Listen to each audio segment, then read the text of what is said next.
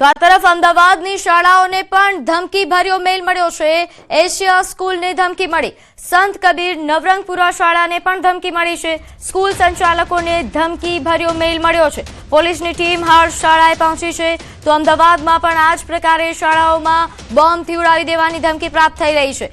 Asia સ્કૂલને ધમકી મળતા જ અહીં જે વિદ્યાર્થીઓ છે તેમને રજા આપી દેવામાં આવી છે।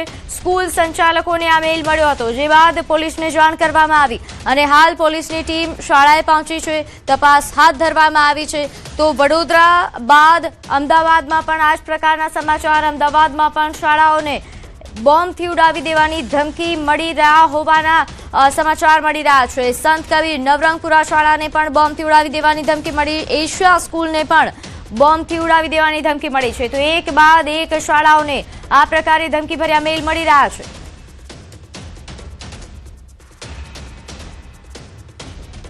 વડોદરા બાદ અમદાવાદમાં ફરી એક વખત સ્કૂલોમાં ધમકીભર્યા મેલ આવ્યા છે।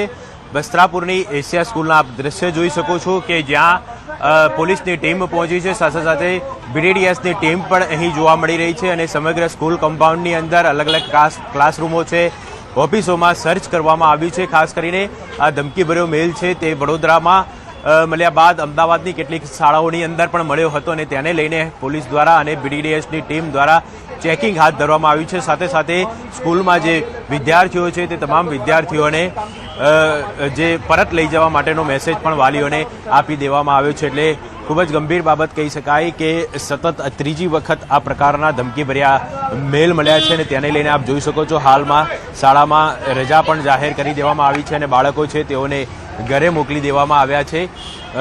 જે રીતે છેલ્લા કેટલાક સમયથી વાત કરીએ તો વારંવાર આ પ્રકારના ધમકીભર્યા મેલ મળી રહ્યા છે, તેને પરિણામે વાલીઓમાં પણ એક ચિંતા જોવા મળી રહી છે। કેમેરામેન ખેંગા રાઠોડ સાથે ઋત્વિજ સોની, ન્યૂઝ 18 ગુજરાતી, અમદાવાદ। તો હાલ જે તે સંવાદદાતાએ જણાવ્યું કે વડોદરા બાદ અમદાવાદમાં પણ શાળાઓને આ પ્રકારે ધમકી પ્રાપ્ત થઈ રહી છે। બપોરે 1:11 આ શાળાઓને ઉડાવી દેવાની ધમકી મળ્યા હોવાનો ઉલ્લેખ થઈ રહ્યો છે। આ મેલમાં ખાલિસ્તાન શબ્દનો પણ પ્રયોગ કરવામાં આવ્યો છે। ત્યારે હાલ કોણે આ મેલ મોકલ્યો છે, આ મેલ પાછળની શું પ્રકારની માહિતી છે તેને લઈને સાયબર ક્રાઇમ વિભાગ દ્વારા તપાસ હાથ ધરાઈ।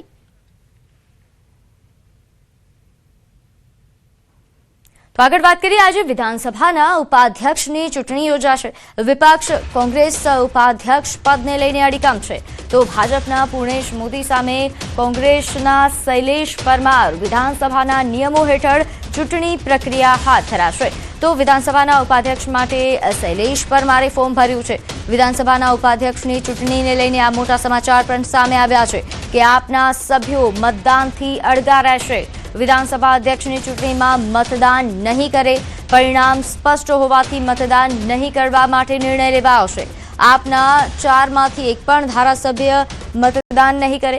ભાજપ અને કોંગ્રેસના સંખ્યાબળને જોતા ભાજપની જીત નિશ્ચિત માનવામાં આવી રહી છે। આમ આદમી પાર્ટીના ગુજરાત પ્રદેશથી આ નિર્ણય લેવાયો છે। તો વિધાનસભામાં આજે ઉપાધ્યક્ષની ચૂંટણી યોજાશે। ભાજપથી પૂર્ણેશ મોદી અને કોંગ્રેસથી શૈલેષ પરમાર ફોર્મ ભર્યું છે। ત્યારે હાલ ઉપાધ્યક્ષની ચૂંટણીને લઈને વધુ વિગત સાથે મારી સાથે સંવાદદાતા પ્રણવ લાઈવ જોડાઈ ગયા છે। પ્રણવ, ઉપાધ્યક્ષની આજે ચૂંટણી, કેવા પ્રકારનો માહોલ અને આપે ખાસ કરીને આ ચૂંટણીથી અળગા રહેવાનો નિર્ણય લીધો છે, તો વધુ વિગત તેના વિશે।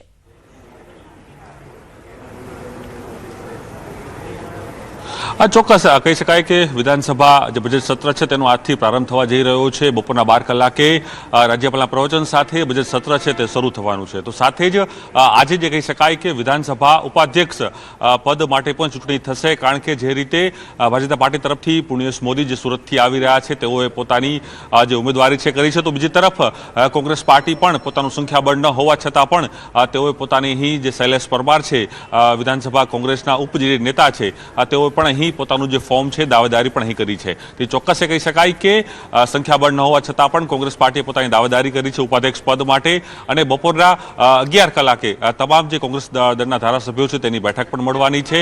તો સાથે બીજું અપડેટ એ પણ મળી રહ્યું છે કે આમ આદમી પાર્ટી આ જે સમગ્ર જે પ્રક્રિયા છે ઉપાધ્યક્ષ પદ માટેની તેની અંદર તેઓ અળગા રહેશે, કારણ કે તેઓને સ્પષ્ટ ખ્યાલ છે કે જો તેઓ કદાચ આ પ્રક્રિયામાં હાજર રહે અને કદાચ કોઈ વ્યક્તિ ક્રોસ વોટિંગ કરે તો તે એક ડર પણ આમ આદમી પાર્ટીને જોવા મળી રહ્યો છે. કદાચ તેને લઈને જ આમ આદમી પાર્ટીના તમામ જે 4 ધારાસભ્યો છે જે આખી પ્રક્રિયા થવાની છે વિધાનસભા ઉપાધ્યક્ષની ચૂંટણી માટે, તેની અંદર આમ આદમી પાર્ટીના તમામ ધારાસભ્યો અહીં અળગા રહેશે. તો સાથે જ કોંગ્રેસ પાર્ટી અડીખમ જોવા મળી રહી છે. કોંગ્રેસ પાર્ટી એ સ્પષ્ટ બતાવી રહી છે કે તેઓ વિધાનસભા ઉપાધ્યક્ષ પદ માટે ચૂંટણી કરશે. ભલે તેઓ પાસે સંખ્યાબળ નથી, પણ તેમ છતાં પણ તેઓ સરકાર ઉપર એક પ્રેશર કરવાનો પ્રયાસ છે અહીં કરી રહી છે. ખાસ કરીને જે એ પણ અહીં સ્પષ્ટ દેખાઈ રહ્યું છે અને એ પણ જે માહિતી મળી રહી છે કોંગ્રેસના સૂત્રો પાસેથી કે કોંગ્રેસને જે રીતે વિધાનસભા વિપક્ષ નેતાનું પદ નથી મળ્યું, પીએસસી જે પબ્લિક એકાઉન્ટ કમિટી હોય છે તેના ચેરમેન પદ પણ આ વખતે કોંગ્રેસ પાર્ટીના એક પણ સભ્યને નથી મળ્યું. એક પરંપરા રહી છે વિધાનસભાની કે જે પણ વિપક્ષના જે પણ ધારાસભ્યો હોય છે તેઓને પીએસસી જે ચેરમેન પદ છે તે આપવામાં આવતું હોય છે. તો સાથે જ જે ઉપાધ્યક્ષ પદ હોય છે તેમાં પણ ક્યાંક ને ક્યાંક સંખ્યાબળના કારણે જે વિપક્ષ હોય છે તેને સ્થાન મળતું હોય છે. પરંતુ આ વખતે જે રીતે સંખ્યાબળ કોંગ્રેસ પાર્ટી પાસે ઓછું છે, ભારતીય જનતા પાર્ટી પાસે 165 ધારાસભ્યો છે, તેની સ્પષ્ટ બહુમતી છે. તેને લઈને જ ભારતીય જનતા પાર્ટી તરફથી પુણ્યેશ મોદી જે સુરતથી આવે છે તેઓને જે ઉમેદવારી છે કરવામાં આવી છે. પહેલા એવી વાત હતી કે સંપૂર્ણ રીતે ઉપાધ્યક્ષનું જે પદ છે તે બિનહરીફ રહેશે, પરંતુ કોંગ્રેસ પાર્ટીએ પોતા પાસે સંખ્યાબળ ન હોવા છતાં પણ કોંગ્રેસ પાર્ટી પોતાના ઉમેદવારને શૈલેષ પરમારને અહીં મેદાન પર ઉતાર્યા છે. તે જોવાનું રહેશે ફ્લોર ઉપર કે કઈ રીતનું રાજકારણ છે ગરમાય છે. પરંતુ સાથે જ કોંગ્રેસ પાર્ટી પહેલા દિવસેથી જ એક પ્રેશર ટેકનિક છે એ સરકાર ઉપર લાવવાનો પ્રયાસ અહીં કરી રહી છે. અને તેના જ કારણે જે શૈલેષ પરમાર છે તે પોતાની દાવેદારી પાછી નથી ખેંચી અને હાલ તેઓ એ મક્કમ જોવા મળી છે કોંગ્રેસ પાર્ટીના તમામ જે ધારાસભ્યો છે કે આ વખતે વિપક્ષને જે ઉપાધ્યક્ષનું જે પદ મળવું જોઈએ વિધાનસભા ફ્લોર ઉપર તે નથી મળતું. તેને લઈને તેઓ ચૂંટણી કરશે. ભલે ચૂંટણીમાં તેઓ હારી જાય પણ તેમ છતાં પણ તેઓ સંવિધાનિક રીતે ચૂંટણી થાય તે પ્રકારની આખી જે પ્રક્રિયા છે તેઓ હાથ ધરવાની છે. તો સાથે જ આમ આદમી પાર્ટી આ સમગ્ર જે પ્રક્રિયા છે ઉપાધ્યક્ષ પદની તેમાં તેઓ અડગા રહેશે. જી પ્રણવ, આભાર માહિતી આપવા બદલ. તો હાલ જે રીતે સંવાદદાતાએ જણાવ્યું કે આજે ઉપાધ્યક્ષની ચૂંટણી જેને લઈને માહોલ ગરમ છે. તો આ ઉપરાંત ગુજરાત વિધાનસભામાં બજેટ સત્રનો આજથી પ્રારંભ બપોરે 12 વાગ્યે રાજ્યપાલના અભિભાષણથી પ્રારંભ થશે. રાજ્યપાલના સંબોધન બાદ ગૃહમાં શોક પ્રસ્તાવ રજૂ કરાશે. વિવિધ વિભાગોના વાર્ષિક અહેવાલો પણ રજૂ કરવામાં આવશે. રાજ્યપાલે મંજૂર કરેલા બિલ ગૃહમાં રજૂ કરવામાં આવશે. બજેટ સત્ર 25મી માર્ચ સુધી ચાલશે. કુલ 26 બેઠકો થશે અને નાણામંત્રી કનુભાઈ દેસાઈ કે જેઓ બજેટ રજૂ કરવાના છે, અત્યાર સુધીનું મોટું બજેટ રજૂ થાય તેવા પ્રકારની શક્યતાઓ છે. અંદાજે 3.90 લાખ કરોડનું બજેટ રજૂ થઈ શકે છે. સમાન નાગરિક સંહિતા સંબંધિત બિલ પણ રજૂ થઈ શકે.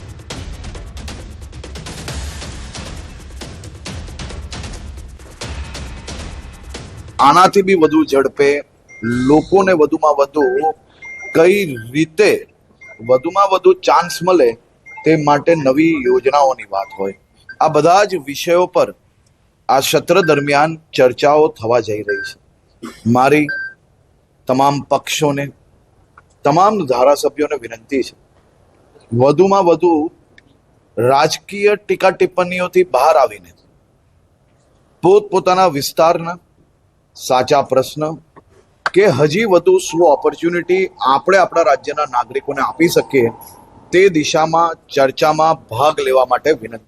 તો બજેટને લઈને નાયબ મુખ્યમંત્રી હર્ષ સંઘવીએ નિવેદન આપ્યું કે આ સત્રમાં નાગરિકોને વધુમાં વધુ લાભ મળે તે માટેની યોજના પર ચર્ચા કરવામાં આવશે.